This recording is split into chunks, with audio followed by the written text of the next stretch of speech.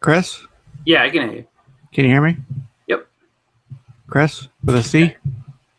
Yeah? Yeah, I got you. I'll hold. I have you. I can hear you. Okay. No, you see what I did there? Yeah. I did. That's the joke from the movie anyways. Oh. All right, guys. This is Jesse. You're watching Comic Conversation. I'm here with Chris. We're going to be doing a Last Jedi movie review. Saw the movie this weekend. We got a lot of stuff to talk about with it. A lot of cool things here and there. And I do need to tell you right away up front, we'll be reminding you throughout the show that this is spoilers. This is details. We're going to be diving right into this, so we're going to be spoiling it away. If you have not seen the movie, Too bad. pause this or add it to your watch later. Watch it later, it's up to you. But just be forewarned, we're going to be spoiling the fucking shit out of this, okay? So there you go. So I saw the movie Saturday night. I went to a nice AMC. I usually go to one down the street. And you get the nice leather seats, the reclining, like the Lazy Boy style. So it was pretty cool. But I went to this place to get the wood trim and stuff. It felt like kind of fresh, newly renovated thing. It was pretty neat. And I saw it in 3D, which I thought was pretty cool. The movie was not shot in 3D. And usually I avoid the movies that have the 3D conversion. Well, generally speaking, some of them are pretty cool. Depending on space movies are pretty cool. You know what I mean? But for this, I wanted to check it out in 3D. And I'm glad I did, to be honest with you. So we're going to be giving our opinions. We're going to be talking about the plot, the scenery, the characters that we were introduced to, their overall thematic elements for the movie, all this good stuff here. And then at the end, we're going to be giving our ratings. So we always do, on this show anyways, 2 ratings. We do the 5-star scale, which is the traditional film critic scale, right? And then we do the 10-point scale, so the CGC, CBS type of thing that we do here in the comic book world. So if you're with us live, I'm going to be giving a couple of shout outs here in a second. Thank you. Feel free to throw in some comments and your opinions, whatever you want. We'll be shouting them out, answering your questions. If you're watching this later, please leave us a comment. With this franchise, out of any really, it's very divisive. You're going to have people who love it. You're going to have people who hate it. So no matter where we fall on that, there's going to be people who oppose our opinion. And I got to say, these are our opinions. Our opinion does not, to quote Nick, shout out to ETA Nick, our opinion does not invalidate your opinion, okay? But if you disagree, let us know. Continue the conversation down there in the comments. I'm always the first person to say, in light of new evidence, I'll reconsider my position. So tell us something. Tell us why we're wrong. Tell us whatever you want. So leave that down below. And of course, we are going to be. This will be up live on iTunes, Google Play, what have you, tomorrow streaming. So feel free to take us in the car with you on the go. Listen to us. So that's it. Let's give a couple of shout outs here. Splash Page Comics. He was first. Shout out to him for being first. Mr. Unknown Comics Guy. He is Darth Rutabaga. Is his name. We'll call him that from now on. He's no longer unknown. He's Darth Rutabaga. Comically Flawed is just popping in to say hello. Hello, brother. He is our Blue Wrench man. He is our, I don't know what you call him. Not a Padawan. He's our, I don't know. He's a Jedi, Blue Jedi. Well, good. Okay. Anyways, he said he can't stay. He's going Christmas night because it's his spoilers. So, I'm not going to have as many people tonight as, maybe. But hopefully they'll watch it later once they see it. Anyways, we got Lords of the Long Box here as well. May the Force be with you as well, good sir. And he, just so you know, on his channel, Lords of the Long Box is going to be doing his review with his panel tomorrow.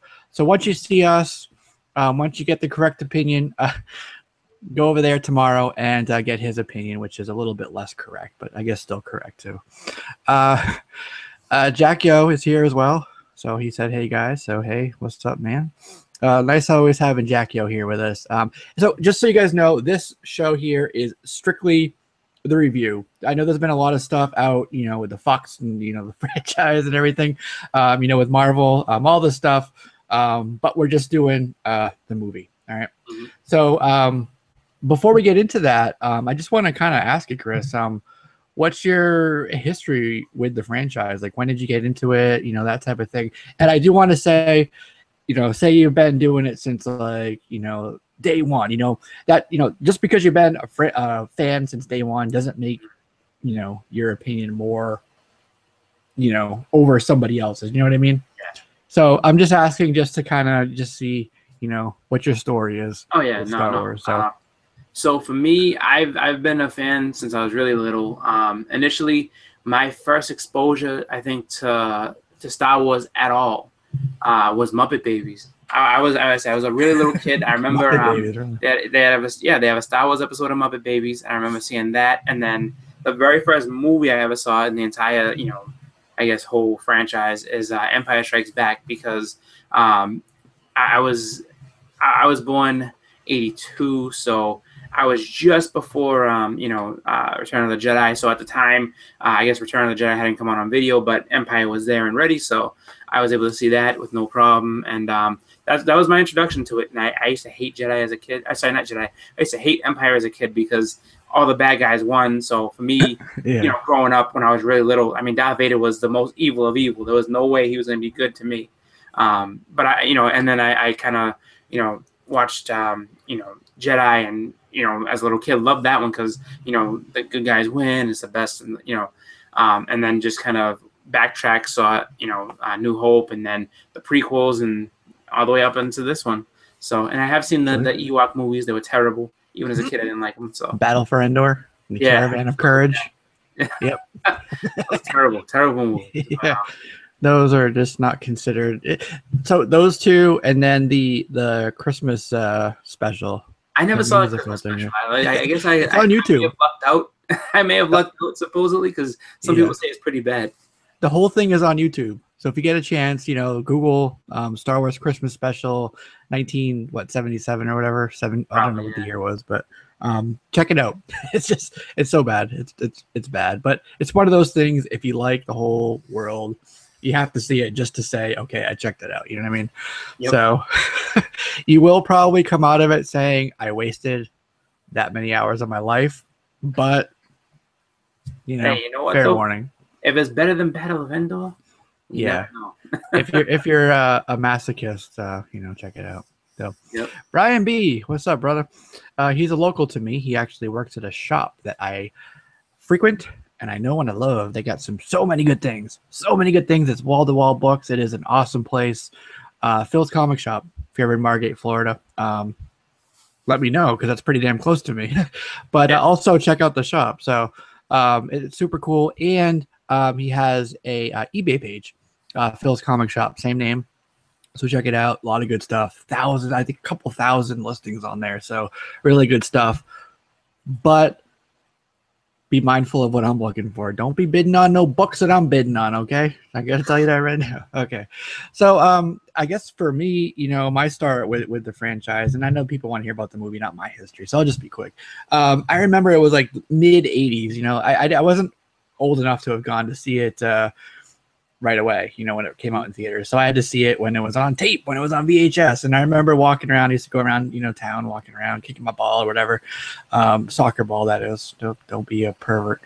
And I saw it. There was a movie theater there. It had a bunch of VHSs, and I was looking around, you know, the sci-fi area, and it had the movies up there. And I'm like, holy shit, that's fucking cool. Had the picture of like the Star Destroyers on it and stuff, and I'm like, damn, that's pretty badass looking. And that was like, I still remember walking into the shop and seeing that, and just like having like a link for it, you know what I mean, in my mind to this day. And ever since then, I've been a fan of it. Anyway, so that's enough of that. You're a fan ever since. Blah blah blah blah. Let's talk about the movie.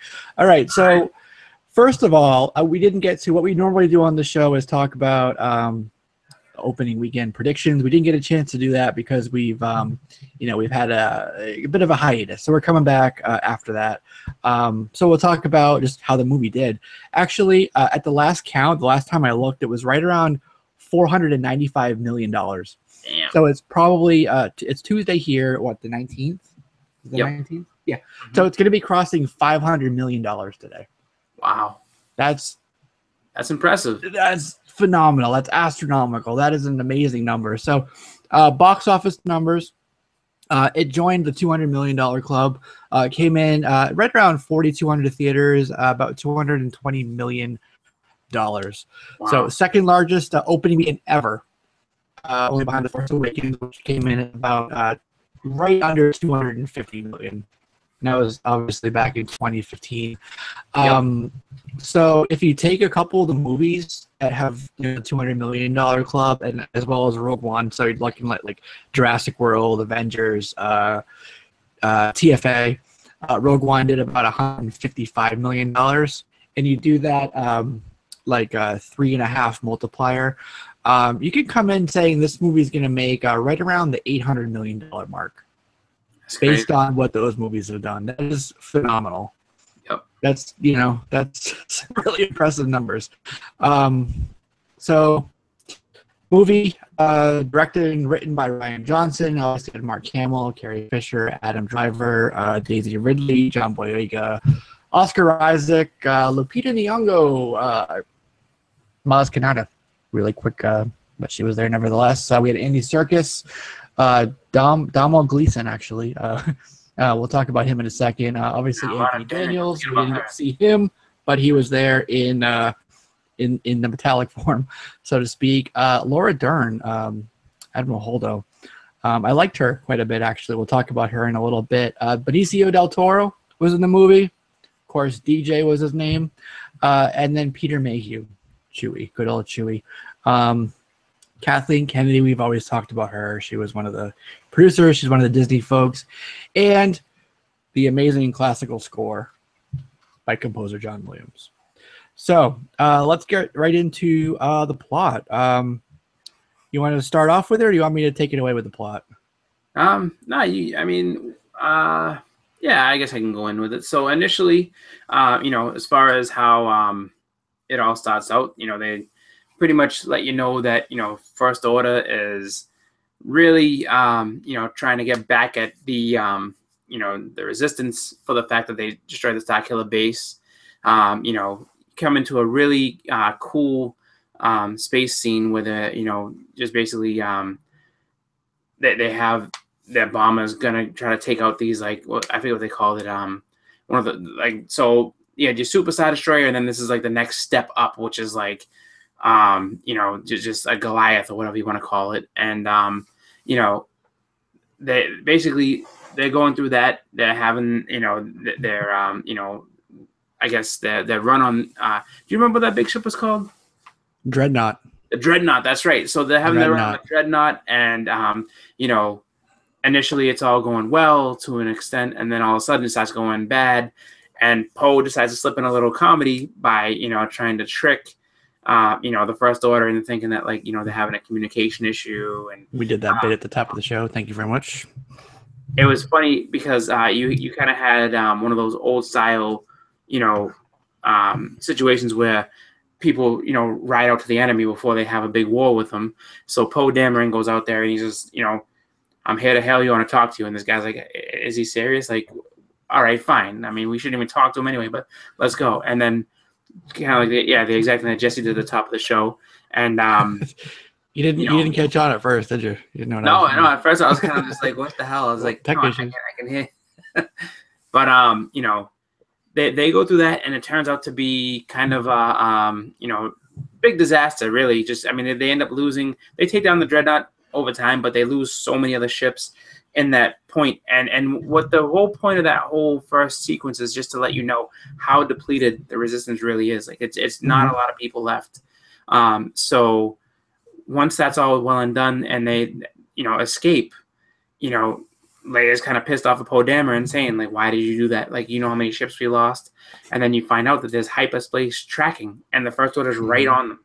And that kind of sets the pace for the rest of the movie as to, how long they can hold out with the Order being right on their tail, getting ready to, basically obliterate all of them. They have them all in one spot, cornered.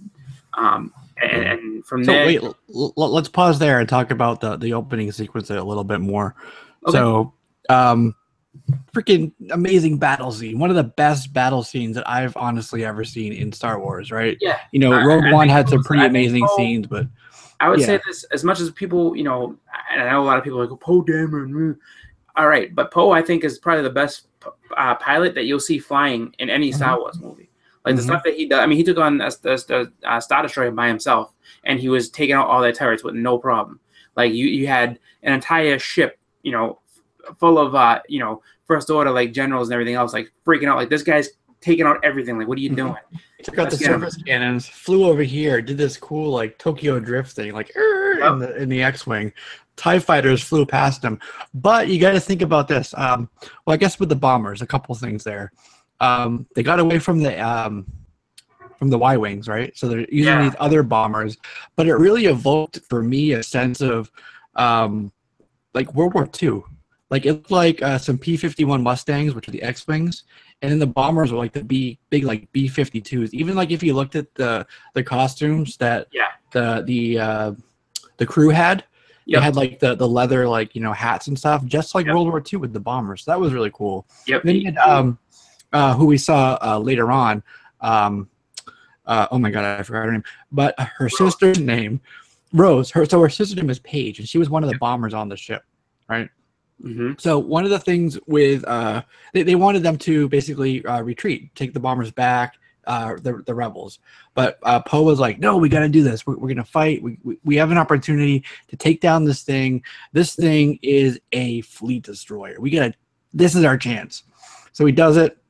Whole bomber fleet is destroyed, right?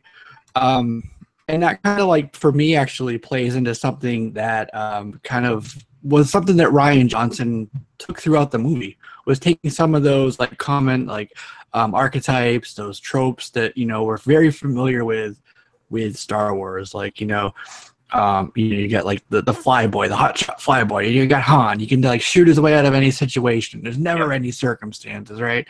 But with this, it recognized that, but it lets you know that yes, in war, there's very real circumstances. Like, yes, you took out this thing. You know what I mean? Yes, you took out that the whole dreadnought. Cool, but you lost the whole bomber fleet. Yep. You know, there was lives on that ship. There was Paige on that ship. You know. Exactly. So that was one of the things with this movie, was it took a lot of the elements that we're very familiar with the Star Wars mythos, and just basically deconstructed them.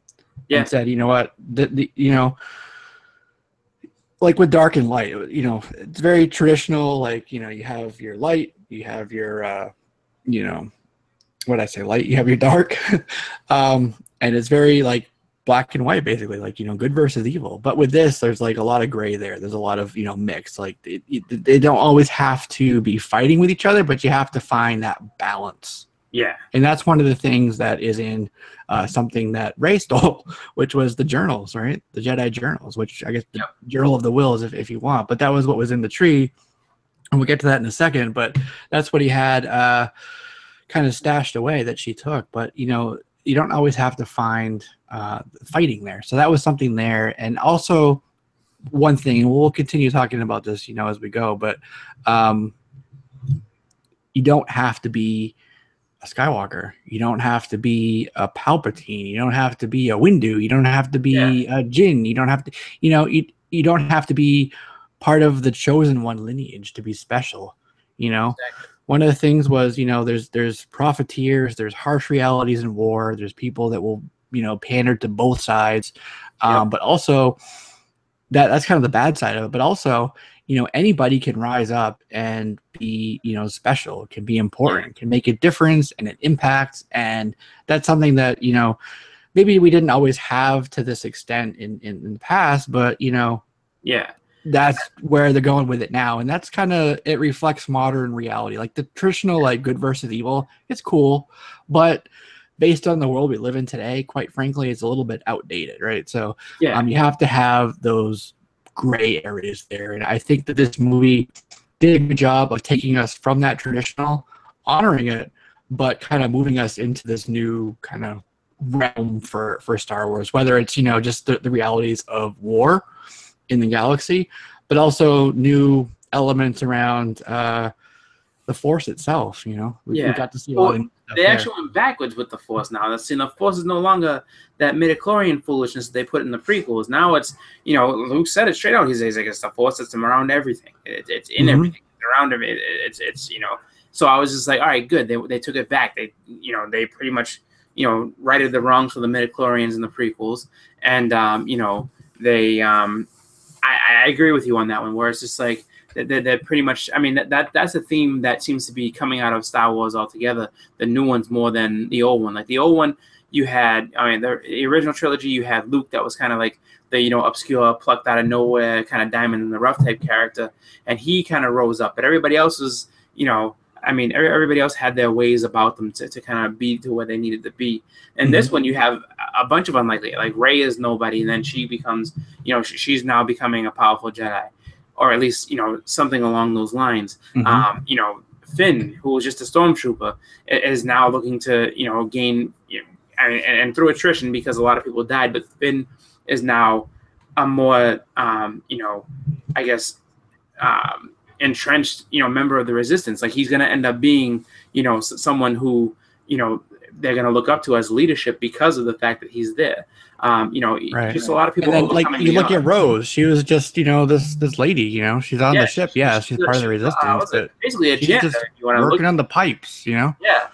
She's a janitor. And then next thing you know, she's piloting one of those, you know, little old ships that they had because they didn't have anybody else. It's like, look, you know, you know, it reminds me a little bit of the scene in Lord of the Rings when they were just Helm's Deep, when they were just like arming everybody, and you see them, you know, giving a sword and chainmail to a little kid, and they're just, I mean, a kid might have been like, you know, what, 12, 13 years old, and he's just like, look, you gotta fight, and you know, and Gimli starts to say, like, you know, some of these men have seen too many winters, and then like Aragorn's like, we gotta do what we gotta do. Like, people, if you could swing an axe or a sword, you got to get up to the front and fight because we're not going to last against these orcs. And that's pretty much the same type of mentality where it's just like, look, can you fly a ship? Then here we go. We needed to fight this battle because there's only 17 of us now, and we got to stand our ground or else we're dead. Yeah. So, Tebow, Lords of the Long Box said, "Broom Kid for the win." We're going to talk about that in a minute. So, absolutely, that kid was pretty cool, and you know. But yeah, we'll get to him in a second. But so they jump to hyperspace, right? Yep. Escape from them, and you just said it, I know, but just recapping just a little bit to where we were just talking about. So jump to hyperspace, then all of a sudden, First Order is right there next to them. They're like, "Holy shit! How'd they find us? Hyperspace tracking? How is this possible?" You know, they find out that it's, you know, they're only tracking the one main ship and all this stuff. So there was a couple things there, you know, fighting, you know, with the ship, and we get pretty much the rest of the fleet's destroyed. The medical ship's destroyed. They're running out of gas. There's just down to just a few last ships. You know, when we came out of The Force Awakens, yes, they destroyed Starkiller Base, you know, triumphant victory. That was the Death Star there, but they destroyed the entire Republic, like 5 planets, you know. People were probably just really decimated in terms of, you know, their will to want to fight this new empire, basically the First Order. Yeah. So, you know, people didn't fight. You know, the will wasn't there. The hope was gone.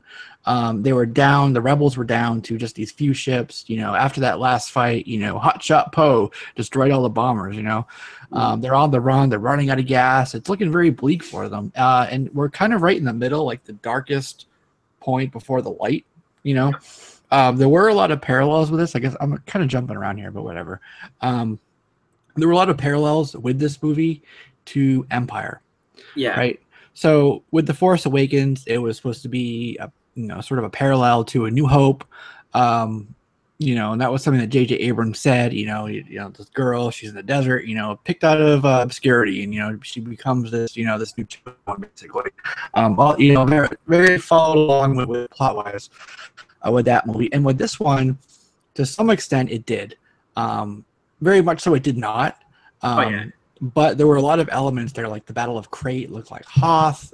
You know, you had, you know, we could, Star Destroyers. I mean, like yeah. Because I mean the Star Destroyers were newly introduced in Empire Strikes Back. Like you didn't have those before. You just had the Death Star. That's the only thing you saw. So now we get the dreadnoughts. Yeah, We get Snoke ship. Yep, and in both movies, I guess you could say you're introduced to the actual like size and power of the Empire. It's just like okay, it's not just that, because if you left out of Star Wars thinking, oh, it's that one big ship, they're all everybody who's dead, everybody who died on there, pretty much that's the whole thing, and the good guys win. There's like no, there's a whole like they don't call them the Empire for nothing, and they're not the First Order for nothing. If that was their only base, you think that they'd be a threat? No, they have tons of stuff all over the galaxy. They're all over the galaxy. Exactly. They probably have multiple fleets all over the galaxy. Absolutely. This is one of the fleets, just one of the dreadnoughts, Yep. But then you have like Canto Bight, for example. That looked like Cloud City. You had DJ. He was kind of, I mean, maybe it's a bit of a stretch, but kind of like Lando. Because he did the double cross. That's why. Yeah, because he did the double cross. Yeah. But, and it remains to be seen if he's going to kind of cross back over, which I kind of thought he did. I mean, if you want to discuss him a little bit more later on, unless you want me to say it now. But I had a feeling that he kind of looked to kind of cross back over and be like, oh, okay, so he wasn't all bad. He just kind of took care of himself, and made it look like he was betraying them. And then once he got out of a safe distance, he just kind of, screwed over the Empire just to kind of make sure that they, make sure that the good guys had a chance. Right. But I mean, like you said, it remains to be seen if he does redeem himself or if he's just crony for the for whoever, really, an opportunist. Really, yeah, he's an opportunist. Like they were saying on Canto Bight, these people that with the money, they're going to sell to the highest bidder. They're just going to go with who they think is going to win for them, for their agenda, and that's basically the thing that he's working on at the time. But that's kind of like what Hondo was doing he was just working for, smuggling, working for the highest bidder, just being an opportunist for himself and his friend Chewie. So we'll see. Hopefully they'll touch on that. I believe it's J.J. Abrams is doing episode 9. So hopefully he'll touch a little bit more if we ever see him again on that. But so they jump out of hyperspace, medical ship's destroyed. The command ship shoots right at the command center, right where they are. Yep. Freaking blows the whole thing out, right? Yep. That's where we lose Admiral Akbar. Yep. An amazing moment with Leia. She gets sucked out into space. And it was really a beautiful moment if you think about it. Like I thought that was photography there. It was really, really touching. A lot of people thought, and I think you just said it, but a lot of people thought that was where they were going to have her, basically her memoriam, right? Like where she was going to have her send off for the movies, right? Yep. But I thought that was it. Exactly. I did too. I'm like, okay, that's. And it would have made sense. It was a little. It was sudden. It was like boom. Like. Yeah. But that's how war is, really. Just. Yeah. Not that I know firsthand, but. It was touching. It was really, really touching. And it was beautiful. But then she develops. She doesn't develop. She's part of the Skywalker lineage. She has had her own connection to the Force all along. She's kind of suppressed it. Basically, just to be part of the rebels. You know what I mean? For lack of a better way to put it. But I think Rian Johnson said it. He said it's kind of one of those things where, can you see me? Where it's like when there's a baby trapped under a car and a mother develops like superhuman strength to like lift the car up and save the baby. It was kind of one of those things where she was out in space and it was just like a natural, like innate reaction, like her powers manifested. You know what I mean? She had, some people say like a force bubble around her was the manifestation. But she actually flew back to the ship. Okay. So there was one theory that that's what she was doing, and that's what Rian Johnson said. But there's another theory, because if you think about it, when Kylo was flying, and he had his two co-pilots with him, his two wingmen, he went for the ship. He sensed her, right? Because he can sense, just like Leia could sense Luke. You know, he could sense his mother. And he lifted his finger off, and one of his wingmen shot. Yep. So one of the theories, and complete theory, maybe it's just completely off, but it was actually him that helped bring her back to the ship. Could have been. Because he wanted to die. He lifted his hand off of the little button that would have shot probably some torpedoes or something right at her. So you don't know, but again, it goes back to what Rian Johnson said, where it was like an innate survival instinct that her power just manifested right there, and it was actually tied to kind of something funny that she had talked about, where she was talking about like how she wanted to go out. And basically just kind of like she was talking to, I think it was in an interview, and she was talking about something that she had said to, and I forget who it was. It's not really the point of it, but she was talking about how she was going to have this scene where she was like basically in space, and he was like, oh, Spielberg, you can't wear a bra. It's like, why? She's like, well, when you're in space, your clothes and your body expands, but because the bra is like tied around you, it's gonna like choke you and like suffocate you because it's like strapped to your body, so you can't wear a bra in space.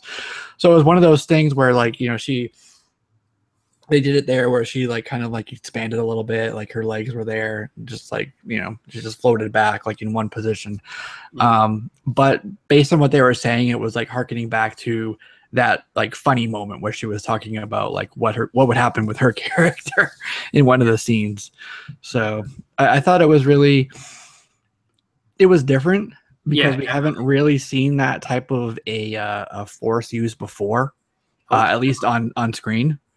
So I think a lot of people were pretty surprised by it, but if you really think about the moment and like the visual aspect of it and kind of what it represented for the actress behind the character, it was a really, really beautiful moment.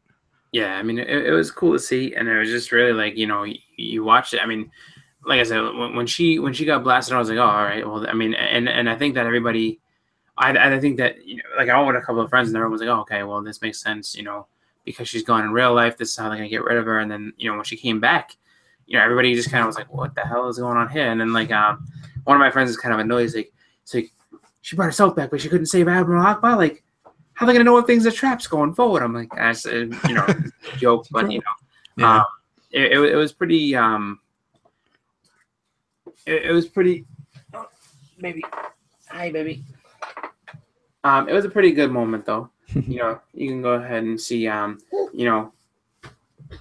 she comes back to, not comes back to life, but how she basically survives, what should have been a certain death.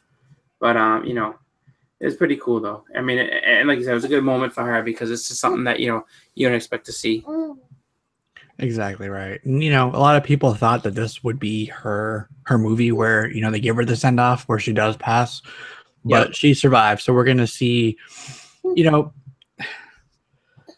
they, at the end, they were talking about how they sent off the signal to, whoever was out there, some of their friends, and they didn't get a response. So they're going to have to find a way to kind of rally the rest of, really what became of the rebels was just a few folks. They fit on the Millennium Falcon with some Porgs, and that was it. That's not going to be enough to defeat the First Order. So they're going to have to find a way to convince those people to return some signals. So maybe, and it's kind of like a sad thing, but maybe she in between the movies passes, and that's the rallying cry for folks to kind of respond to that. That's cry for help. Too. So it's gonna be something kind of like that Agent Coulson moment where people are like, all right, look, the only leader we have is gone. Like we need to have some. Although basically the one that believed the most in the Avengers died. We need to have that that rallying point where everybody comes back. So I think for that it'll be like the only leader we've ever known is gone. Like we can't let her die in vain. Yeah, exactly. So I'm going to jump over to the chat here for a second before we continue, because now we're going to get into like Poe came back. It's like, where's Rey? So we're going to get to that in a second, because then, we'll go to Octu. So Lords of the Long Box said, I think Leia has some Force in her. Absolutely, she does. Absolutely. Even, ever since, I think, was it Empire? Yeah. But when Luke had a connection. And then she said, Yeah, exactly. So yeah, absolutely she does. Um, I felt sad when Leia's daughter was on camera with her mom. Yeah, yeah. I like her. She's a good actress, and not just because her mom's Carrie, but she's pretty good. I liked her in actually. What was the show? I'm drawing a blank here. It was just on TV. Not sure. On FX. Again, I have no. American Horror Story. Thank you. Yeah, so she was good on that. But yeah, no, I like her. So then Big E's Comics, what's up, man? Nice for joining us. He says they should have just made canon Leia's Force abilities from the novels. Yeah, so there was actually one novel, I don't remember the name of it, but she actually went. So Luke had like a new Jedi Academy, basically, where he was training all these new people, and they kind of touched on that. That's what he was doing when he had Kylo there. But she actually went as well, and she became basically a Jedi Knight herself in the novels. Yeah. So she actually was pretty badass with a lightsaber too. But yeah, they didn't really touch on that with the movies. Just her ability to use the force sensitive, whatever you want to call it. But yeah, I think they're going to keep her as a diplomat no matter what, even though she's a general, and but she's always going to be behind the scenes. She's not going to be in the fight unless the last time you saw her actually in the fight was Return of the Jedi. Her fighting days are over in that way. I think that this has actually been, I think, was it? There was a couple of times in the movie she just looked like she was at peace with it. She's like, if I'm going to go, this is how it's going to happen. So I think she knows that she's not, she's not the warrior that everybody else, not even close to what she used to be. And I think she knows that she's got all the people around her that are going to do the fighting, and that if it comes down to that moment, she's just kind of going to have to accept it. Yeah, exactly. And Star Wars Rebels is considered canon, the show, right? The animated show. There was a Jedi Knight in there who was able to, hang out in space, basically outside the ship. Wow. So the precedent is set there within canon for that ability to, with the Force to happen. Yeah. So there's that. All right, so let's jump into basically the next part is with Rey, and she's on Octu. Yes. She's got the lightsaber. She tries to hand it to Luke, and he's like, makes it nope, not doing it. Not happening. We see the good old the Porgs. First time. Exactly. Did you like the Porgs? What did you think of those? I thought that they were kind of a waste. It seems like ever since you got to Return of the Jedi, there's always going to be some type of new Ewok-y type character, and that was a new Ewok. I'm hoping that they only exist in that part of the universe, and you don't see them in any other type of way. I don't think that anyone else took one away, so I don't think they have one as a pet or anything of that crap. But I wasn't angry with them. I just was kind of like, okay, little CGI, little fake little monster that people are supposed to think that's cool. But yeah, just like Tivo said, it's something for the kids. Like, oh, that's cool.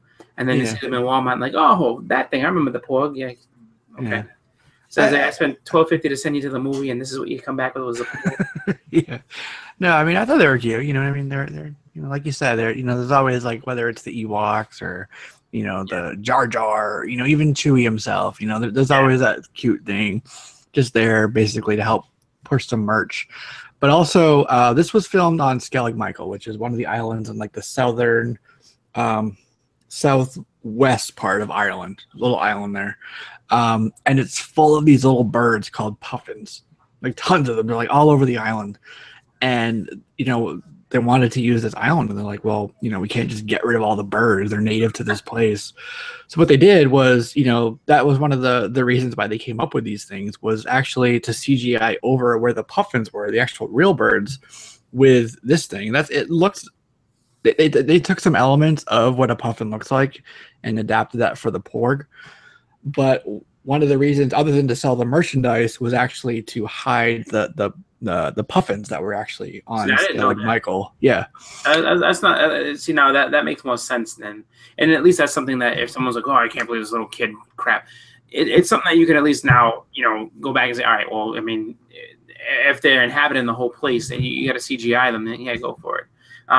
But They're all over. I They're feel the like same. all over the island, you know. They didn't make the movie any worse or better. They just were there for nothing else. So it's just like I know some people get that whole like notion of it should never be there. Like don't mess with my Star Wars. But it's just like it didn't mess with your Star Wars. It literally was just an animal character that didn't do anything in the movie whatsoever. It just kind of was there. Mm-hmm.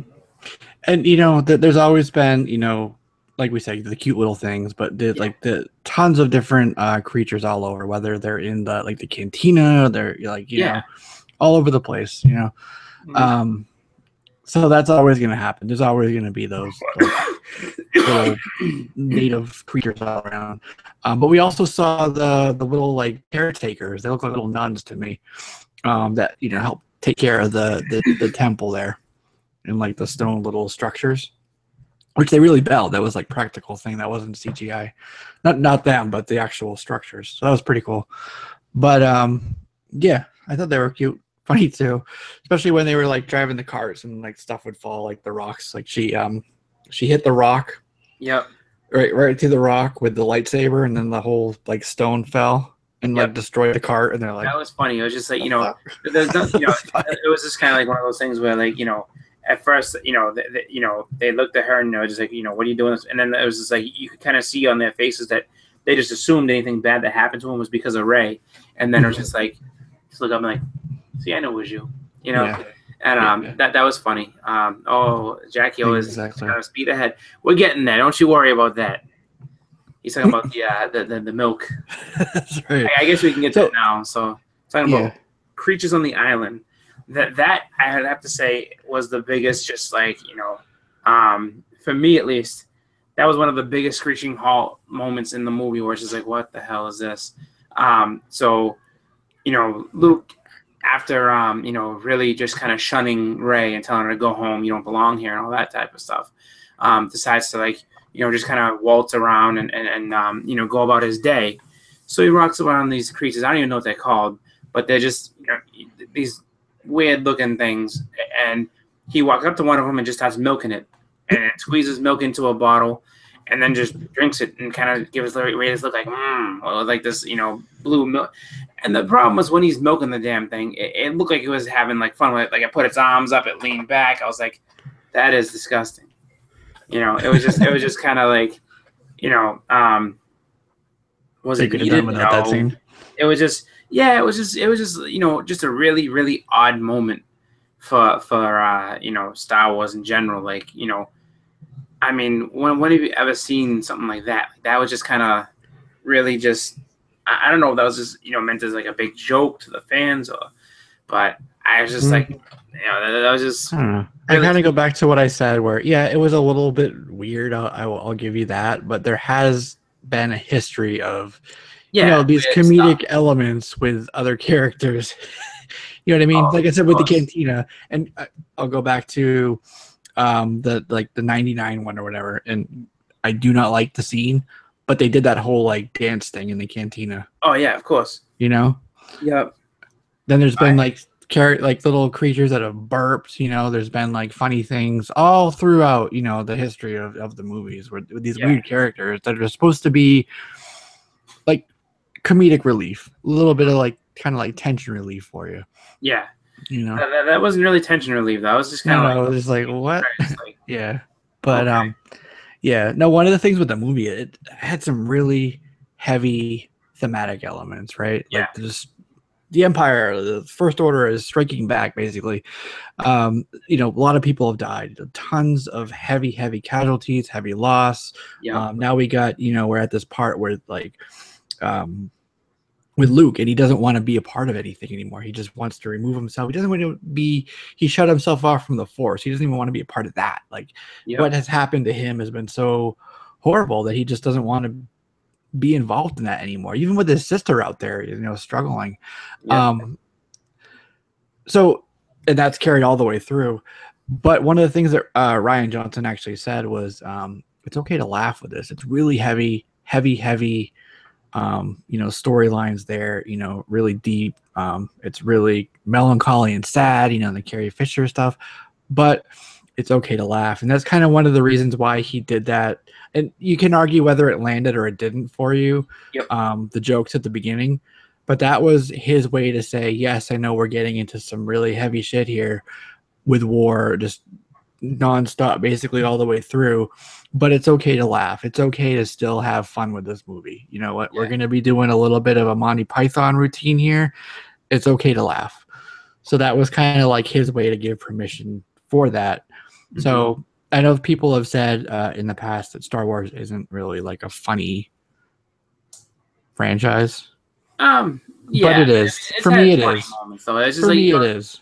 I mean, when you look at when you look at the Ewoks and Jedi, it's just like, I mean, there was tons of funny stuff with that. With that one, when they first captured them, and then R2 starts zapping that one Ewok that kept on like poking him with the stick. Yeah.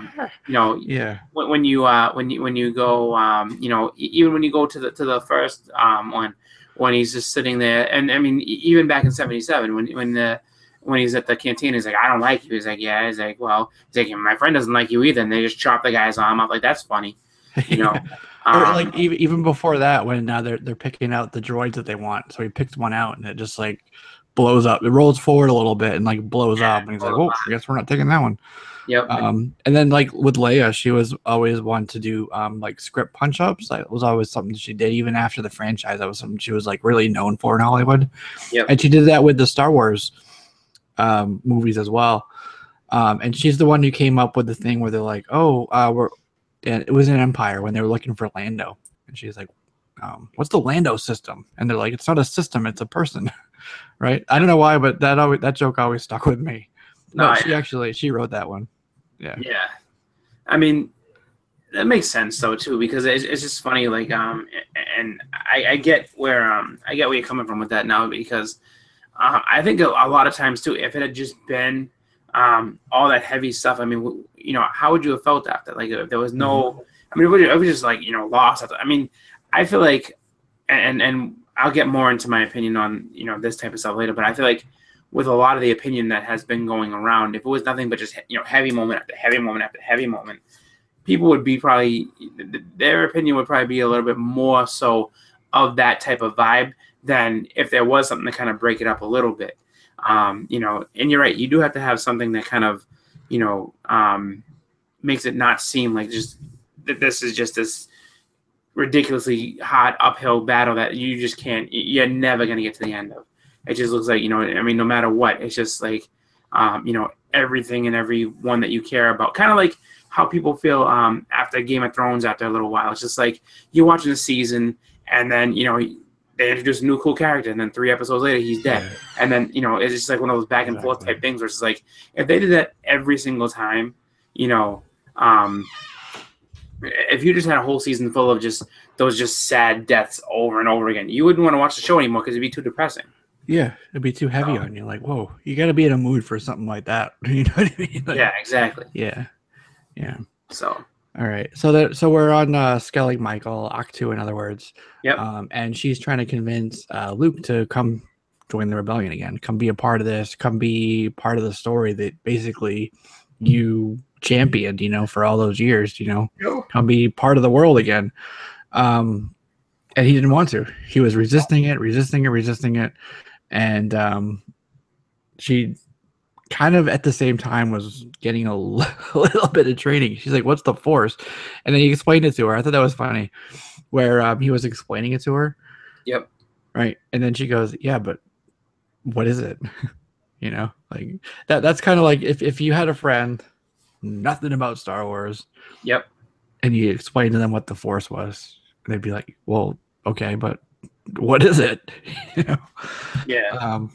So it's funny because it reminds me, like his interaction with her reminds me a lot of Wolverine and Logan, where he's just kind of like, where X-23 is trying so hard to get him to, go and take those kids to, that place that was in the book, and he's like, it doesn't exist. Like, you don't these are all made up. This is not how these stories went down. Like this, and I feel like a lot of that too. I mean, Luke didn't say stuff like that, but I think Luke kind of, led on to that fact that, like, a lot of what you think is the whole Jedi and just the whole, it's not the same. It's not like that. And I think that he was reluctant on purpose because of the fact that like he had been through it. Like he doesn't want to go through it again. Mm-hmm. And then he also knew, you know, he basically knows exactly what is going on, and just why do that all over again. That's been his whole life to that point. Yeah, exactly. And he's had a lot of tragedy in the past few years of his, well, I don't know, 20, 30 years of his life. Yeah. You know, he had like it was training some new Jedi, training Kylo. He had that moment, and they talked about it in the movie, where he had this fleeting moment of, you know, I sense this evil in him and I can end it right now. Yep. You know, it may be, you know, he grows and becomes as powerful, not a Sith, but just, you know, dark side user. Yep. But I can stop that right now. But he stopped himself. But he had his lightsaber out, and that was right when Kylo turned around and saw him. And that was kind of like his, even though he stopped, the turning moment for him. So he basically, you know, took off with, he said 12 of the Padawans. Yep. You know, you could say that became the Knights of Ren. Yeah. Or what have you, right? So I think that's what happened there. But, you know, pretty traumatic things. You know, if you look at Luke's story, and I know it's people have been taken aback, like this isn't Luke, this isn't what he would do, like this isn't right. You know, you've heard that, all the detractors, the complainers, but if you really look at his story, it kind of makes sense how we got here. It makes plenty of sense. If you put yourself in those shoes, you would be jaded and sad, and you would want to take a step back, and you would want to be like, well, I keep trying to do these right things, but the end result of it is this horrible thing. So why should I, you know, do that? You know, if I just remove myself from the equation, maybe that will help things. And that's basically where he found himself after all those years of, you know, failure. And that was something that Yoda talked about, was failure, being a really good teacher and a really good lesson. Yep. You know, it took him coming back and telling him that, reminding him of that, to kind of finally understand that, yeah, failure is good. You know, you can learn a lot from failure. You can learn. Failure basically is not a problem unless you refuse to learn from it, basically. Exactly. You know, so huge learning opportunity there for him. Yep. And that's the real world message that they're putting in there. Exactly. Because, you know, there's so much of, I mean, if you put it into the context of Jedi and Sith, I mean, fear of failure is going to lead you down a dark path. It's just like, you know, I can't fail, I can't do it, you know. Whereas if you accept that I made a mistake, let me try this again, figure out where I went wrong, you know, you have a chance to become better and you know, be more than what you were. So. Exactly. So I mentioned Yoda. What'd you think of seeing Yoda? Oh, I thought that was cool. and I like they went with they kind of gave the old puppet like Yoda. It wasn't like even though it's probably all CGI, they CGI'd him to look like the old puppet, not you know, the CGI, you know, younger Yoda that you saw in the prequels. So that's pretty cool. You know, love that was Frank Oz doing the voice. That was amazing. That was cool. You know. And then I like that Yoda actually was able to control something in the physical world. That was pretty sick. That was something new too. Like we've seen the Force goes, but now we know that they can actually affect things in the real world. Yeah, and that's, you know, another new element that we got for the Force too. And it makes me happy that he's, you know, much to learn, young Skywalker. So it's just like you never know what that means. So exactly, yeah. So let's talk about that scene for really quickly here. So there's the tree, and that's where the books are. That's what Luke's been protecting. That's part of the Jedi Temple. That's why he actually in Battlefront 2 is kind of, it tells a story about how he actually found that island and got there. But the point is, he's there for years and years and years, protecting the tree, protecting the books, but he's never actually read them. Nope. You know, he never really sat down to take a look at those. And, you know, there's probably like, no, but exactly. So there's probably some pretty new teachings in there, but Rey was in there. And I don't know if everybody saw it. I'm sure everybody in the chat here did, because they pay attention. They're all, you know, diehard Star Wars fans like we are. She took the books. So when he's ready to burn the tree down, he kind of like steps back from it, and Yoda's there. And that's where we saw him affect the real world. And he just burned the tree. And then he said something to the effect of, he said something like, you know, Rey basically has all she needs to learn the teachings, or she already has, you know, with her everything she needs to know what's in the books. And you think, okay, well, maybe that's, you know, the innate ability that she has, you know, her natural force. Like, you know, one of the theories with her is, you know, Kylo grew and became very powerful. So just like with Darth, the force created this life to rise up to balance that out, right? So maybe she has like this innate ability in her, but also maybe he's referring to the fact that she stole the books. You know what I mean? Yeah. So, say what?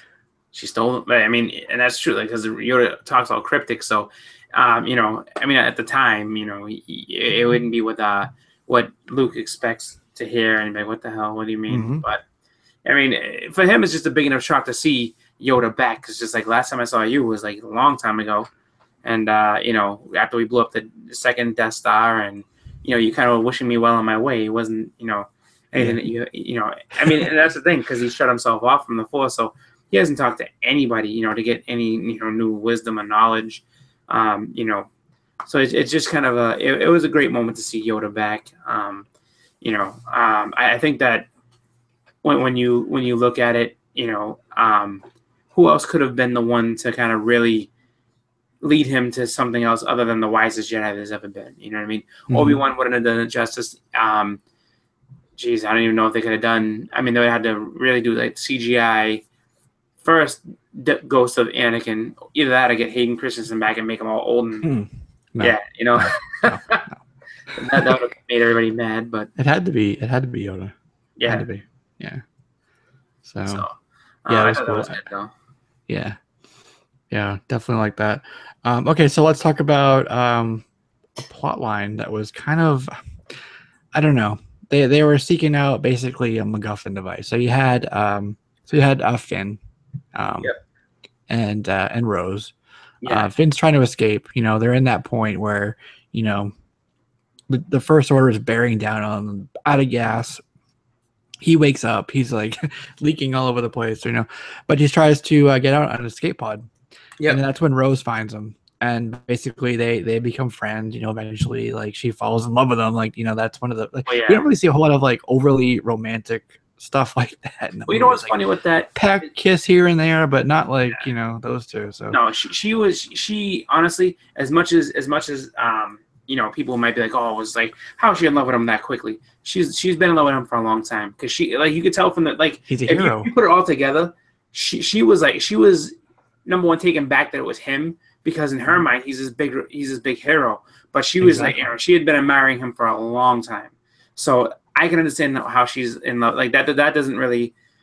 What more shocks me, I guess, is that if he's willing to accept it that quickly. That's what I think is more of a shocking thing, because I would have honestly clearly thought that Rey was his love interest. Like, that's the way it seemed. Like, I mean, even in The Force Awakens, it kind of looked like it was going that way. Yeah, even when he first wakes up, he's like, "Where's Rey?" Like that. His wanting to know where Rey is at all times kind of goes beyond, you know, oh, she's my best friend. Like, no, it's like, I'm in love with this girl. I want to know where she is. Like, I need to protect her. That's what it always seemed like to me with him. So, yeah, she stunned him. I mean, she dropped him as soon as she figured out he was trying to desert. Exactly. She's like, my sister just died, like, you know, a few hours ago, trying to save your ass, and here you are trying to escape, you know? Yeah. And she had said, she's like, I just stunned 12 other people today for trying to leave. So it's just like, deserters. You know, she's 100% about, you know, trying to keep everything together, because she believes in the cause. Like, she's not going to let people sit there and, you know, just like, you know, let everything go and just kind of, you know, just give up and accept the fact that they're on a losing side. Mm-hmm. Exactly. Yeah. So basically, I mean, they after a little bit of a, you know, what do you call it? Mutiny, right? Basically they get these marching orders to go, and they try to, like, I think Holdo tells them, right? Is it Holdo who tells them to go down and look for the tracking device, because they're tracking, you know, the main ship through hyperspace? But no, it was their idea. I don't know. Was there a day? I've only seen it one time, so forgive me. But basically, they got to go and they got to find a hacker. You know, this guy who can, a code breaker who can, once they get on the ship, turn off the tracking device. Yeah, that was Maz that kind of gave him that one. That was just like, look, right, I'm a perfect guy. Right. That was Lupita Nyong'o's character. I like Lupita. I don't know. That was kind of a blinker, you'll miss it type of a scene there with her. Yeah. You know. Well, I was wondering what was going on in her. Like, she's in the middle of some type of battle at her bar. It's just like, I don't know if she's fighting the first order. Someone had like I think she's talking about like a union dispute. Yes, right. Yeah, we have a union dispute, and like, but she's so casual. Like, this happens like every week. Mm-hmm. It's just funny, but yeah. So that they're trying to figure out a way to do it, and then Laura Dern doesn't seem too pleased with that plan, initially, because she's just like, we don't have time to be playing games, like, and Poe is just like, look, do you have a plan? Because you're not doing anything. We're just kind of sitting ducks out here. So she does have a plan, but she doesn't tell him, and she's not obligated to. You know what I mean? No, exactly. So one of the things with that is that's new for them, hyperspace tracking. So what is it? It could be two things. It could be brand new technology that the First Order has, or it could be that there's a spy on the ship. It could be that there's a spy in there telling the First Order where they are. So if you think of it that way, like, of course she's not going to say it to these people, especially this hotshot. Is he the spy? Is Holdo the spy? You know what I mean? Like, who is the spy? If there is a spy. So there's that element of like, I don't need to tell you, trying to protect this, trying to protect what's left of us, Yeah. But that just comes down to her being a superior officer. And it's just like, who are you to question me? Exactly. She's like, I'm under no obligation to tell you what my plan is. Just follow my orders, basically. Exactly. Because maybe she's thinking in that way too, where it's just like, there's probably a spy amongst us, and I'm not going to tell you what I have in my head as to what we're going to do. Yeah. So, all right. So they have to find the code breaker. They go down to Cantabite, which is like this, it's kind of, for me, a cross between the Cantina and Cloud City. Yeah. Beautiful place, pretty slick, but it's full of war profiteers. Like, on the surface, it's very beautiful. And they said it in there. When you dig a little bit deeper, it was Rose who said it. When you dig a little bit deeper, you just see how awful and seedy this place is, Yep. There's people that will sell to the First Order, and they'll also sell to whoever's got the money, basically. Yeah. And there's a very disbalanced, caste system almost there. So you have these people who are super rich. They'll just, hang out. But then you have people that are like the kids, in the stables. Horrible. It was, so it's just very, very so on the surface, a beautiful place. And actually, do you follow Game of Thrones?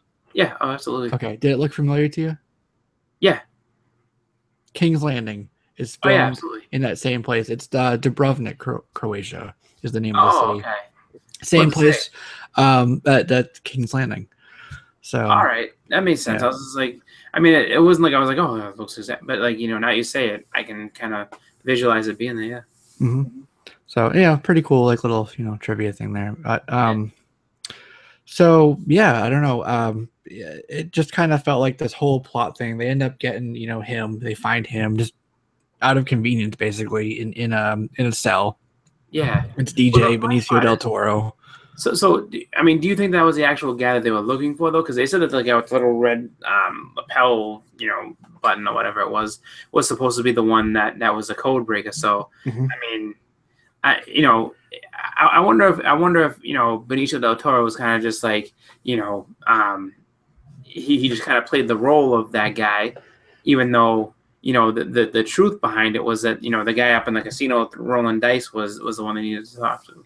Yeah, could be. It was just A1, not the one, but A1. Yeah. So he was one of those opportunists. Just oh, absolutely. They came in, they had a problem, and hey, I can solve it. I'll help you out. Yeah. Just pay me good. Well, the best. The thing too that he also tapped into is Rose and Finn's naivety, because the two of them. The one of the best scenes was concerning them was when Finn's like, "Why are you ransacking your own ship?" And then he takes him aside. He's like, "Because this isn't your own ship." Okay, all right, I understand. Like, what you're doing, but it's just like it's just that moment of like are you that like dense to the situation? Of course I'm gonna steal it. Like, you think I have this here? I was just gonna sell 2 seconds ago. Like, you can't possibly think I had a ship to escape from here. Yeah. So Exactly. So, Lord of the Long Box said Justin Thoreau was the code breaker. yeah. And then, it said Rian Johnson said that there was a few deleted scenes from the casino planet. So, see, I am interested to see some of the deleted scenes and scenes, what was intended to be in there got cut, because I feel like some of the things that you saw, I think that like with a little bit of expanded scenes and stuff, a little bit more explanation might make a little more sense. People are like, oh, so that's what they're trying to do. Okay, I understand. Yeah, but this whole thing, they get back, they get him, they go back with him, and there's a double cross. Yep. They end up on the ship, they find what they need, where the actual tracking device is. It gets in there, and then boom, there's the First Order, there's the Stormtroopers. Yep. We get Phasma there as well. It's because it's BB-8's there, Finn's there, Rose is there, and the evil BB-8. Yeah, well, the BB-9 is the name of it, the black one. It was like really suspicious of them. Actually, one of the things I really wanted was like a showdown between BB-8 and BB-9. That would have been really cool. But we did get it was kind of a Deus Ex Machina type of a moment, but it was super cool. BB-8 in the ATST kind of frame there, busting out. I was like, holy shit, that's awesome. When he came out, they were going to execute Rose and Finn. And, that was the thing. I was like, okay, so you have BJ, basically take the whole money and everything and look at them too. And, after Finn got mad, and he's like, you bastard, why could you do this? And he's just like, hey, it's only business, kid. Exactly. Right. Away. I think, like, you know what? One day you shoot them, the next day they're going to shoot you. And, exactly. That's one of those gray moments, one of those harsh realities of war that we were talking about before, that it's not always just so black and white these days. That's the modern world we live in, and that's what the modern mythos is going to reflect, Oh, of course. So, and so then he basically gets I guess let go, and he's on his way, and takes his money and heads out. One of those things to let it shoot at the to kind of provide that Lando moment where it's just like, okay, the Empire screwed me over one time too many. I can't let this happen. I'm not gonna let them hurt everybody and do wrong to everyone. Like, I'm gonna come and save the day. But then it was BB-8 that did it, which I thought was really cool. I mean, I was like, okay, cool. BB-8 taking care of things, and badass little droid. Yep. So and that leads into Tim said, Lord of the Long Box said that it was a fake plot device, and it made you think that he was going to save him, just like Lando. And yes, absolutely. One of the things with this movie was it knew that people were expecting a parallel to The Empire Strikes Back. And it's moments like that where it took that knowledge that you knew that and just basically twisted it and used it against you, That was one of those kind of like deconstruction moments we were talking about earlier. Yeah. And, so then that leads into this next whole area where, Phasma's deciding that she's going to, that she wants to take on Finn. She's gonna make an example of him and try to kill him. And then so they have their fight, and through really just kind of a really fortuitous circumstance, Finn gets knocked down this little he broke that. Yeah, sorry, he got knocked on this elevator shaft, I guess you could say. Looked like he was gonna die. Then kind of pops back up and says, "Hey, Phasma!" And cracks her on the face and knocks her down. She calls him scum, and he looks down and says, "Rebel scum." And then she falls into the fire and dies. I was just like, well, we don't know because she's armored up. Maybe she does survive. Just maybe. Like we didn't see her like dead. Yeah, a lot of people were upset about that. It was like, you built this character up for 2 movies. You made something like she's something important, and then all of a sudden she goes away that quickly. Wow. Yeah, a lot of characters have taken that big old plunge and come back. So yeah, Mace Windu's come back. Maul came back. Yep. So what's funny is that in that whole moment of like he falls down, but then like kind of gets lifted back up. It's just from all the promotional stuff in the beginning, it made it seem as though Finn was going to be the Jedi in the movie, or it would be like Finn and Rey would be Jedi together or something like that. And I mean, if that's not kind of a false Jedi moment where it's just like, oh, you get knocked down and all of a sudden just happens to be standing in the right spot. It's just like, I'm still holding out hope that in some way, shape, or form, he's got a little bit of Jedi, just a little bit. And you're going to see him, wield a lightsaber and use the Force, just to kind of even things out a little bit. But, that's just foolish hope, I think, on my part. But, it's just fun to watch him kind of go in there. But this is the second time that you've seen him go with a hand-to-hand weapon and not, blasters and stuff like that. So who knows? Maybe my faith will be rewarded. Yeah. But that was TR8R was the one in The Force Awakens that had that, Traitor is what it stands for, basically, if you say it out. But that was his like a stormtrooper name. Yep. But with Phasma, I was kind of disappointed. Me too. A lot of promise. Like, she's basically an analog for what's it name, Boba Fett. Yeah. A couple quick cameos. Cool looking gear, but you know what? You just got shot real quick.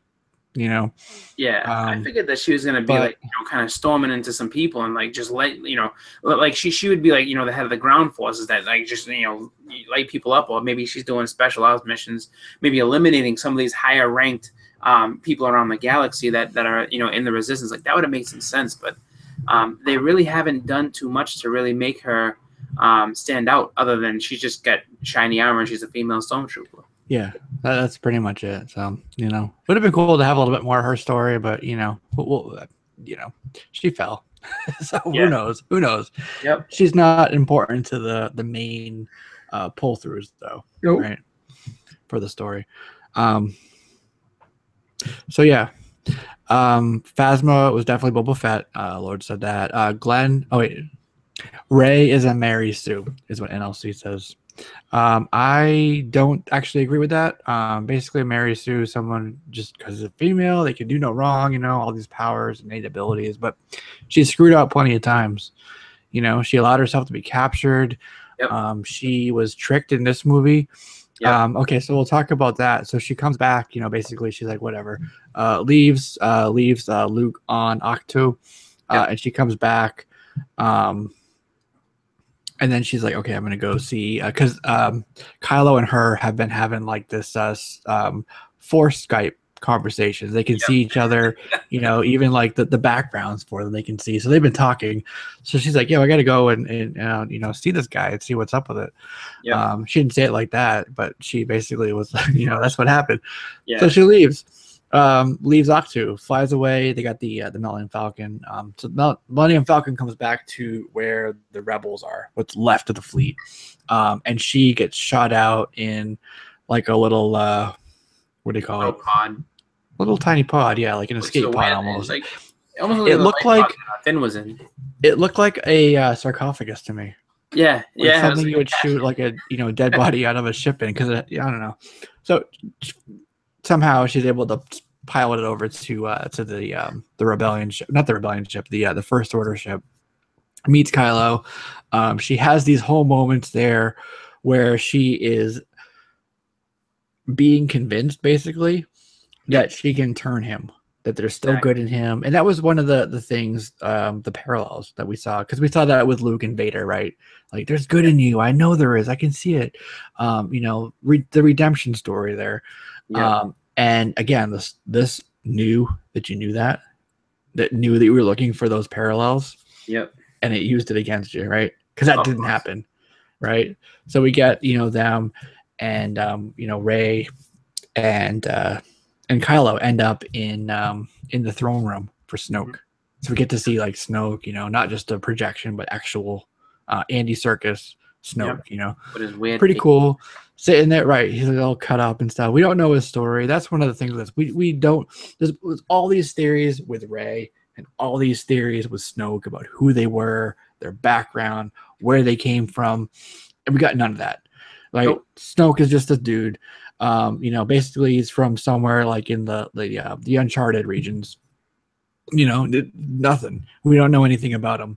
Like, for example, after the whole thing with Luke, you know, and then Kylo, and he leaves with like the 12, like the Knights of Ren. Like at that point, like how does he meet Snoke? You know, how does he at that point allow himself to become so convinced to follow Snoke? We don't know. So that's just completely not touched on here.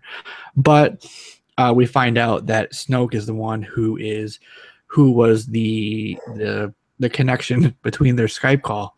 Yep. And he's like, I did it. You know, I tricked you guys. You know, but there's another double cross there to where Kylo kind of like, you know, lets him. One of the things with Luke, he was talking with the Emperor about it, and I think he said something. Was it arrogance or confidence? Yeah, is Luke your greatest weakness? Your overconfidence will be your undoing. Exactly, and that's what happened here with Snoke as well. Was overconfidence. He was so convinced that he knew every thought, every emotion, every feeling of Kylo that he didn't see that underlying thing when he turned the lightsaber and killed him, chopped him in half with the lightsaber. So, you know, even then, Rey's like, okay, well, maybe we can kind of do something here. But he's like, nope, not happening. Not only am I not going to be turned, but I'm going to become the new emperor, not the new emperor, but I'm going to be Snoke now. I'm the new supreme leader. I'm taking over this. I am taking over. I really expected Snoke to, like, you know, just kind of suck back him, like, how dare you? You know what I mean? Something just because, like, I mean, he was presented as like this most powerful thing out there. Like, I mean, even when Rey tried to get the lightsaber, he turned around and smacked her in the head with it. He's like, "What are you doing?" And like, you know, he used force lightning on her, but he didn't even use lightning. He just kind of put his hand out. He was like waving her around the room like effortlessly. The general in the beginning, he sat there and like you know, grabbed them and like slammed him down to the ground. I mean, he wasn't near him when he did it. He just, you know, completely like, you know, threw him to the floor. So I figured that Snoke was going to have something more than just what he had. I mean, it wasn't just going to be like, oh, he gets chopped in half and that's the end of him. I mean, it was almost like, I mean, that was a moment that kind of really didn't, you know, it didn't make much sense in the fact of that, like, you built this guy up to be this really just, you know, menacing figure, you know, that everybody needs to be afraid of. And it's just like, dude, literally, like, he got killed in like the most, like, just really dumb way, not dumb, but just, I mean, in the most Bond villainish way possible. It's just like, literally, you just let that happen to you. Like, you're supposed to be like this, you know, all seeing, all powerful, all anything. And then they worded it perfectly too. I mean, for him to get killed that way, he's gonna kill his true enemy, and then that was it. You know, I mean, I guess Kylo falls into the path of all the other Sith Lords, where it's just like, no, Sith Lords kill their masters. That's just how it goes. Kind of like their final test to become, you know, that one true Sith Lord. They're not Sith though. That's the thing. No, they're not. Like, so there's that disbalance. Even though they're there and they're evil, they're still, you know. So I don't know. I think that was kind of a wasted opportunity with that because I feel like there should have been more to Snoke. It should have been more of a situation where I mean, I don't even think that him and Rey should have even met in this movie. I think that you know, Snoke should have been something that was saved for the last movie. I think, you know, you have more of kind of him shrouded in shadows, working things from behind the scenes more than just have him in the forefront, and then obviously you don't kill him yet. Like that's just my thoughts on it. Yeah. So another thing, we keep talking about this, but you know, the movie knew that there were parallels to Empire. It knew that you were expecting those, right? Yeah, absolutely. So you get the Rey story, you know, and the whole thing with like, I am your father. No, you know, huge reveal there. That was like such a big thing at the time, you know. So everybody was expecting that going into this. Like, who is Rey? Like, what's her lineage? You know, so many theories about that. As many characters as there are, well, not literally, but it seems like it. There were just dozens and dozens and dozens of theories about who she is, right? Yep. But we find out granddaughter. She was Palpatine. She was Luke's daughter. She was, you know, Kylo's sister. I mean, it was just everyone in anything except for probably Mace Windu that had any sort of like, you know, Jedi moment in the series. I was like, nope, she's related to one of them. Any single one of them she's related to. Exactly. And, she's a Palpatine. She's a, you know, Qui-Gon Jinn descendant. Yeah, she was all these different things. Yeah, And then but we nope, get told, she's nobody. yep, She's nobody. Her her parents parents, sold you her know, for they their sold her money. off for drinking money and to the dude there on Jakku, Yep, and just took off basically, you know. yep, So it's one of the things with with the overall story is, you know, the whole like the chosen one thing, you know, and this kind of tells you, and we'll talk about this in a second because we're getting toward the end. You don't have to be of a certain lineage. You don't have to be a Skywalker. You don't have to be a Solo to be the hero of the story. You can kind of be anybody. You can be from nobody and still be important to the story, you know. yep, That was one of the things that was a pull through for me for this whole movie, and that was one of the parts where, yeah, okay, and kind of a reverse of the whole reveal with Vader was everybody's expecting her to be something, but you know, when you find out she's nothing, it's still like a holy shit kind of moment because, you know, everybody's thinking, okay, well, she's got to be a Skywalker, she's got to be something, but yep, it was a big reveal moment, but a reverse yeah, of that. But we get one of the most, in my opinion, awesome fight scenes in all yeah, of Star Wars movie lore. So that it's Rey and Kylo, Snoke's dead, and then boom, the Praetorian Guards there, yep, right?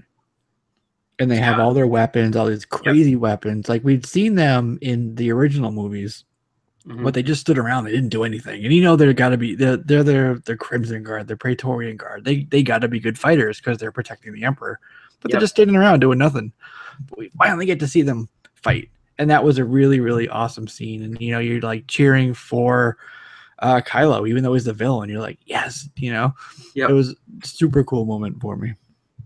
That was awesome. I was really like, you know, just hanging back because I mean at that moment, I mean you kind of realize, oh, you think, you know, oh he is gonna turn good, like this is what he's gonna do, like he's gonna, you know, and then you find out, you know, that he's not at all gonna do that. But for the fight scene as it was just like, you know, I know a lot of people would just like, you know, how are these guys whooping these two and this and that? It's just like because, like you said, they have to be elite fighters.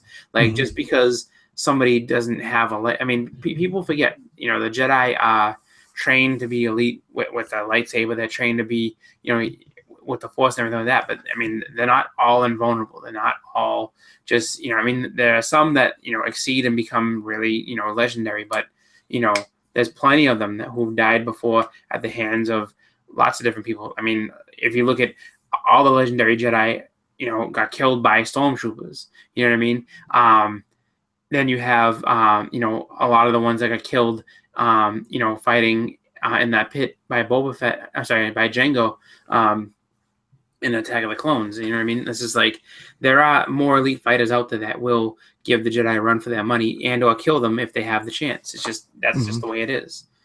So I thought that was a great scene. I really did think that you know, those guys should have had more time to shine. I would have loved to see them, you know, fight and do other things. But you know, for what it was a really really cool fight scene. Yeah, absolutely. So basically, ships being taken apart, you know, and we find out that the rebels they discovered, okay, there's another base. It's been abandoned for a long time, but Yep. it's down there on this planet called Crate, covered, filled with salt. It's like a white salt. Really pulled in some elements of the battle from Hoth. You know, Yeah, it was cool. sure it's salt, but you know, snow is white too, so it looked like it. So they're all going down there with the ships. You know, they're firing the cannons at the ships, like the escape pods, right? Yep. Because they're like, okay, well, they're tracking the main ship, but you know, not this other one. And one of the double crosses, and I don't know how he knew, but DJ was able to tell them, okay, you got to look out for these ships that are leaving the main ship, the command ship for the rebels. Yep. That's how they found out about it. So they're shooting them one by one. And there's a really, I don't know how you feel about it, but I kind of wish that it was Leia who had done this. Yep. But Admiral Holdo did it. Yep. So she's the one. She's like, okay, you know, the ship's got to go. You know, go down to Crate. You know, hide out there. You know, get that place set up. but somebody's got to stay behind. Um, and she's looking out the window. She sees them heading towards the planet, and they're being destroyed one by one. That giant cannon just shooting, obliterating them. And the only thing she can do really is what she does: takes the ship, turns it around, hyperspace, right through them. That was a really amazing scene. That was like the whole theater was basically like, holy shit, that was you could feel it in the theater, like wow. And it was beautifully done, especially afterwards when you saw like the line through the ship, right through Snoke's ship. Yep. And then the whole fleet was just like destroyed just from the force of it. And that was really cool. And that was Admiral Holdo who sacrificed herself. I don't know how you feel, but I think maybe it would have been super impactful if that's how they had let Leia go. I think that would have been cool. I mean, had they had Leia go like that way, it would have been cool. But I guess in the way of that, like if you look at the dynamic of how Holdo and Poe and everything like that, because Poe was basically organizing a mutiny against her at one point, and so everything was divided. So if had it been Leia, you would have never been able to pull the Republic forces back together again. It would have just been like, we're not following this bitch because we don't like her. Yeah. And so that's why I think you had to have it go Holdo instead of Leia, because Leia can unite, whereas Holdo, without being, I mean, she wasn't trying to divide anything. It's just Poe was too much of a hothead to want to listen to her. And she also, didn't think that she needed to explain anything to him. So, she just wasn't, she was the right candidate for that suicide mission. She wasn't the right candidate to bring, the resistance back together again. Mm-hmm. So that's a good point too. Yeah. All right. So they're down on this planet, this old rebel base, old tech. Well, for them, what's old technology, right? Blast door or the side of a cliff. Yeah. Really cool. They actually filmed that in these what do you call it? I'm trying to think of the word. Salt flats. There you go. They're in Bolivia. But planet crate covered in salt. Right underneath that is this like layer of like red crust. And you can see it throughout. So really cool, color wise, the cinematography wise, to see the battle there. You get the skimmers flying out, and then First Order lands. They got the AT-ATs. You got Kylo's ship, the one with the big black with the big wings. Yep. Good half a dozen AT-ATs, and they're the upgraded type. They're not the old school ones. These are like badass, like heavy artillery. Yeah, they're super cool looking. And it looked, with the desert, the flat desert, and then you had like the sun in the background, like with the oranges and the reds, and then it was cast from the back forward against the AT-ATs, and so they were like kind of in silhouette. And it reminded me a lot of some of the photos that I saw from like Desert Storm and stuff, like with the desert and like the Apaches, like, the helicopters flying, and just see the silhouette of it, or, the silhouette of the soldier like standing there and the, on the skyline, just this, with the sun coming in the back with the oranges and the reds, I got a lot of that from it. Okay, so they're down to just the last few people. People have died. Just this giant force is bearing down on them. They got this basically this like battering ram cannon, and that's how they're going to get through the blast door. And it's like really like down to the last few people, the last few moments. LC, I guess, doesn't like the movie. He said that actually on Instagram. He said, "I can't wait to come trash the movie." So that's funny.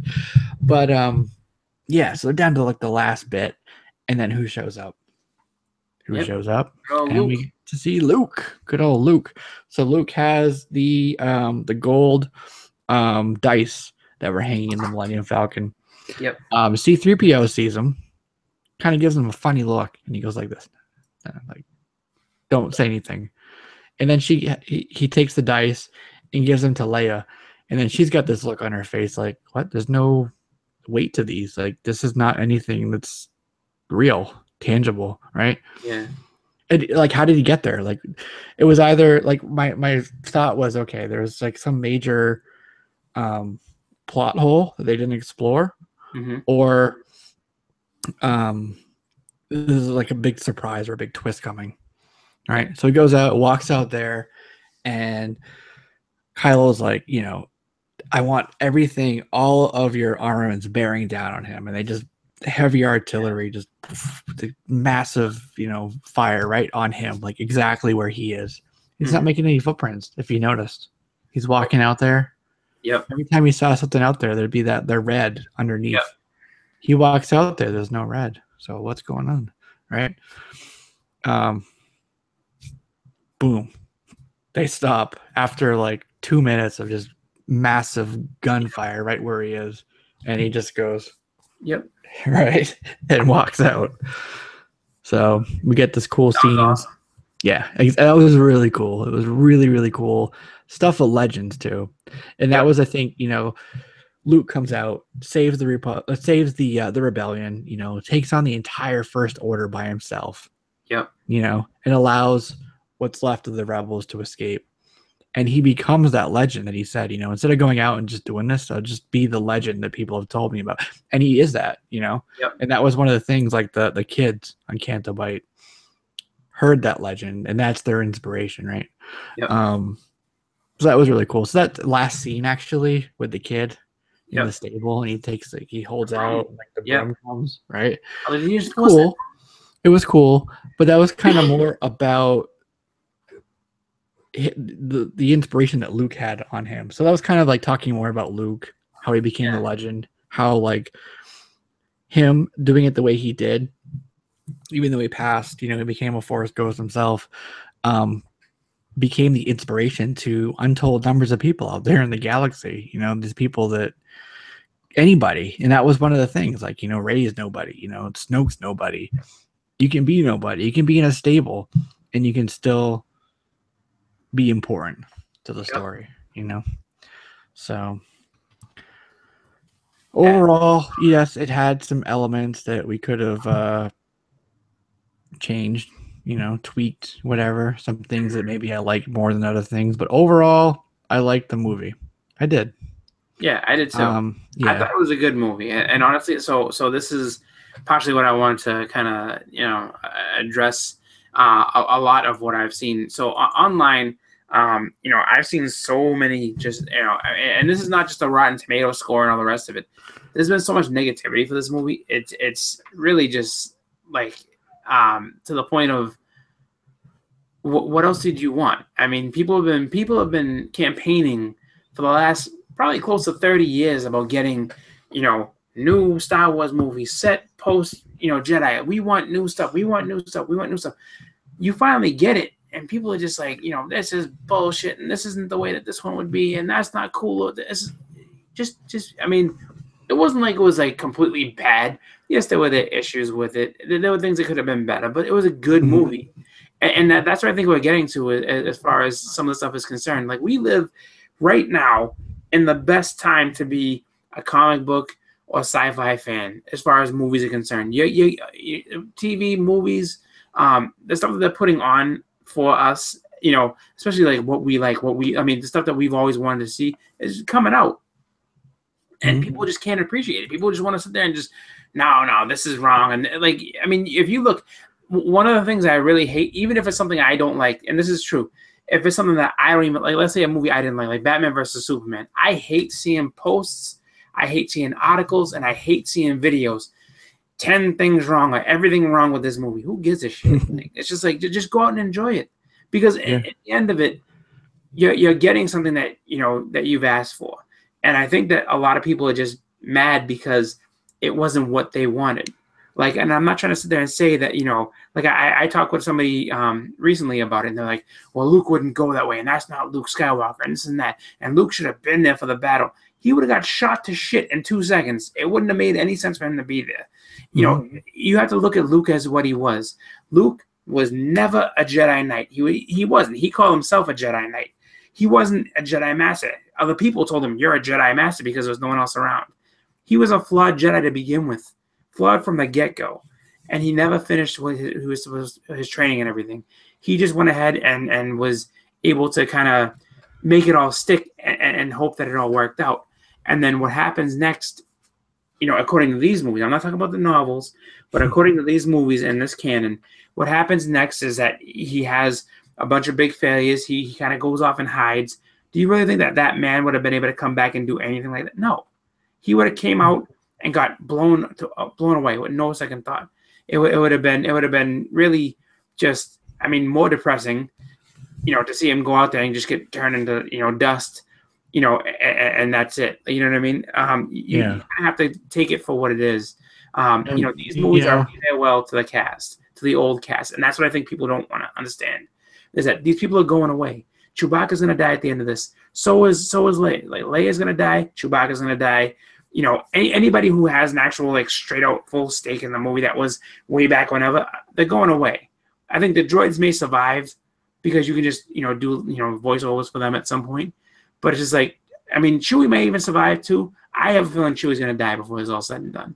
I think that really people just get so upset. Like you were saying, that you made a comment about not my Star Wars. Well, guess what? It's not. It really isn't, and that's the truth. If you're holding on to the prequels and this is what I'm sorry, not the prequels. If you're holding on to the original trilogy and that's the way it should be, well, that was almost 40 years ago. You gotta let it go. You gotta understand they're gonna have these movies about new characters. It's about advancing the story. Sorry, it's about honoring what has come before, but taking it into new territory and making it relevant for our modern world. If you can't handle it, don't watch it. And I'm not trying to be a jerk and say, well, but I'm being honest. I'm being honest because that makes me wonder what's going to happen when, we get to the new phase of Marvel and a lot of the people that were under contract for the Avengers go away. Are people going to sit there and turn on the Avengers now and be like, oh, the Avengers aren't so good? Just, Black Panther, Scarlet Witch, and Vision aren't as good as, Cap, Thor, and Hulk. And it doesn't matter. You got to learn to enjoy these things because you're not going to have the same cast forever. And these stories, while they've, and Star Wars has been a long legacy, and we've had books, comics, everything else to kind of keep Luke and everything in our hearts and keep them going, but they're not going to last forever. It's just the way it is. And, honestly, this was a good movie. And I think a lot of the hate that it gets, it's not warranted. It's just people being mad that, they didn't get what they expected. And that's the way it is. It's something different. And, sometimes people are taken aback by that. It's different. It's unfamiliar. Yeah. It's somewhat familiar, but still strangely unfamiliar at the same time. Exactly. And it's not so far removed from the actual regular series, from the original, that you can't relate to it either. That's the other thing. Now, if they had completely changed every last aspect of it, and that would make sense, all right. But it's just it's not like that. It's just the characters that you grew up with and loved are moving on. They're being ushered out of the story. That's it. And LC Productions, he said a couple things in the chat that I don't agree with. But he did say that people are complaining about how the movie feels like a Marvel movie. So it's, Disney and stuff. But I agree with that to the point of some of the jokes felt like some of the add-in jokes for a Marvel movie. You know what I mean? Versus the natural flow of it that, we've seen in some of the. So I hope kind of, with the future movies, it doesn't feel like such an add-on, taking you out of the story. I explained kind of what Rian Johnson's point was with the whole joke at the beginning, right? With Hawks and Poe. Yeah. But it still was a little bit taking you out of the moment. You know what I mean? You had to think about it for a second. Really? Is this happening right now? You know, instead of thinking about the battle scene that you were in. So I hope that they do a little bit more flowy, not so add-on type of jokes in the future, because the story does need jokes. It does need those lighter elements that we've talked about to take you, relieve the tension and kind of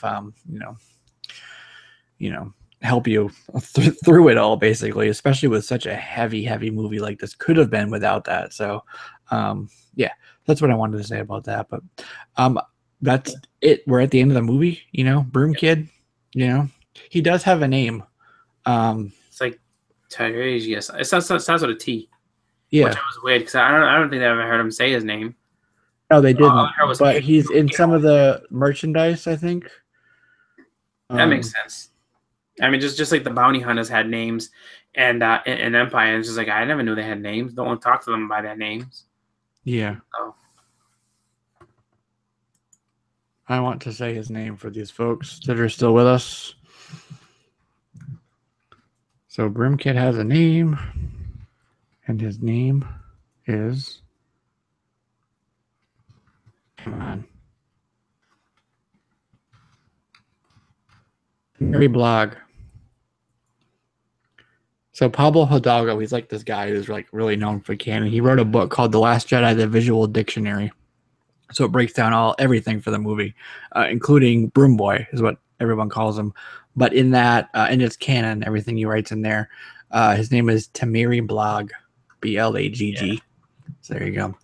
All right, so we are at the point where we need to give it a rating. As I said at the top of the show, we do the 5-star scale, and then the 10-point scale that, of course, we do here in the comic book world. So 5-point scale, what do you give it? I give it a 4 out of 5. 4 out of 5? Okay. Good. I said it was very good. Okay. I'm actually right on point with you with that. I actually wrote a quick, like, first reaction type of an article for comicbooked.com. Plug there. And I give it a 4 out of 5 in that. So I'm not just saying that I'm with you on that. I actually wrote that a couple of days ago. So I'm right with you on the 4 out of 5. Jackie O said Broom Kid gave prequel flashbacks. You know what it gave me a flashback to was the end of Empire, when they were on the ship and they were looking out and the Millennium Falcon went out. So the kid's there kind of like in the stable with the door, and you see like a whatever asteroid go by or whatever. It gave me that moment of like, you know, this is done. The sense of like hope and wonder for what's going to happen, and, you know, opening up a lot of story and questions for episode 9, you know? Yep. So for me, that last scene gave me end of Empire type of a moment. So anyways, so yeah, 4 out of 5. And what do you give it on a 10-point scale? I would give it 8.5 to 9 out of 10. Okay. I think it was all good. Right. And I really did enjoy it. Okay. And I'm right at 8 out of 10. 8.0 out of 10. Blue label. CGC blue label. Jackie O said 4, 8.5. So there you go. All right, folks. That's going to do it for our Star Wars The Last Jedi review. We walked through the plot. We walked through the characters. Pretty much everybody, every planet they stopped on, their ships. We talked about the thematic elements for it, what's new, what's familiar. We talked about Jedi mysticism, too. We talked about pretty much everything that we felt like would be good for a well-rounded, spoiler-filled review. So that's what you got from us here. Yeah. This is Jesse. That's Chris. This will be up, to stream tomorrow. And we will be back, hopefully, with all 4 of us, the full cast, in January. Back to our new season for Comic Conversation. But that's going to be it for The Last Jedi movie review. Thanks for joining us, guys. And once this is uploaded and you are able to leave comments, go ahead and leave some comments. Continue the conversation down there and tell us what you thought. And thanks to everybody, Jackie O, NLC, Lords of the Long Box, everybody for joining us in the live chat and sticking with us here throughout the show. We do appreciate it. That's it. Happy holidays to everybody. Merry Christmas. Happy New Year. And we'll see you soon. All right. Have a good one.